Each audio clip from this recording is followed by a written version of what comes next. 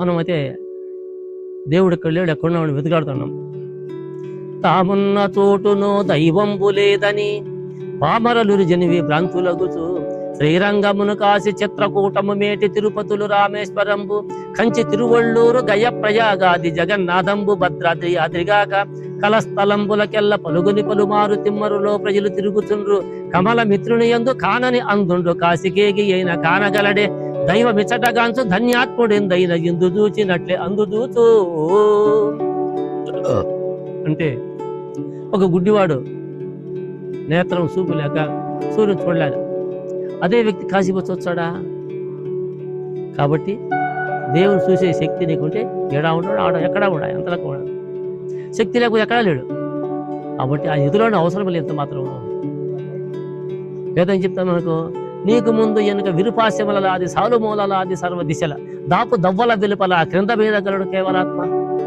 ఎక్కడి నుంచి చూసినా ఆయనే ఉన్నాడు. ఒక్క మాటలో చెప్పాలంటే మన నెలలో బావిలో చెరువులో మునిగినాం. అప్పుడు మన దేహ నీడు ఎక్కడ ఎక్కడ లేవని తద్విధంగానే సమస్త సృష్టి 80 జీవరాశులు కూడా అందులోనే సృష్టి స్థితి లయ 3 జరుగుతున్నాయి.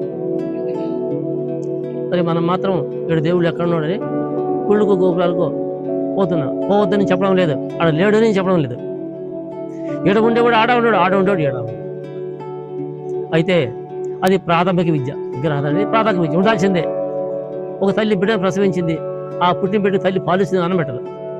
విగ్రహం కూడా అలాంటిది. అట్లని దాన్ని విస్మరించకూడదు, గౌరవించాలి. అయితే అట్లే ఉంటే నీకు విద్య రాదు.